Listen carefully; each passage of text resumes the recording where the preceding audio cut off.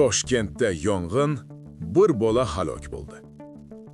31-yanvar kuni Toshkentning Yashnobod tumanida joylashgan Aviator savdo va ko'ngilochar markazida yirik yong'in sodir bo'ldi. Tushdan keyin favqulodda vaziyatlar xizmatiga 112 tizimi orqali yong'in haqida xabar kelib tushdi.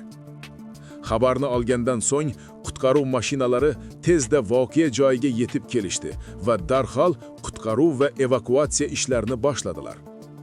Ma'lum bo'lishicha, binoning 2-qavatida 150 dan ortiq fuqaro bo'lgan.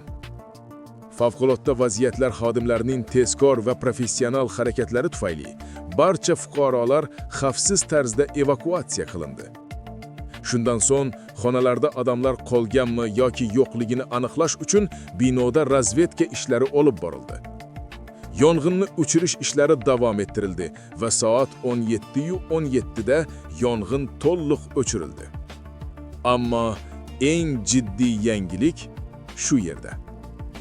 Yong'indan keyin olib borilgan qidiruv ishlari davomida 2023-yilda tug'ilgan voyaga yetmagan bolaning jasadi vayronalar orasidan topildi.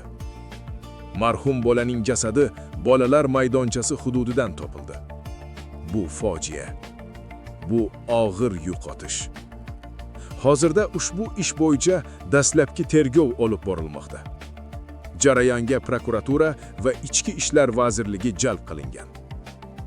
Favqulodda vaziyatlar vazirligining yong'in texnik laboratoriyasi yong'in sababini aniqlash ustida ish olib bormoqda.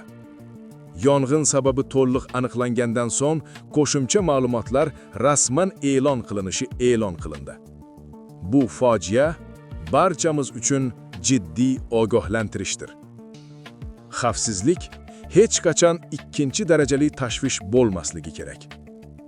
Marhum bolaning oilasiga sabr tilaymiz.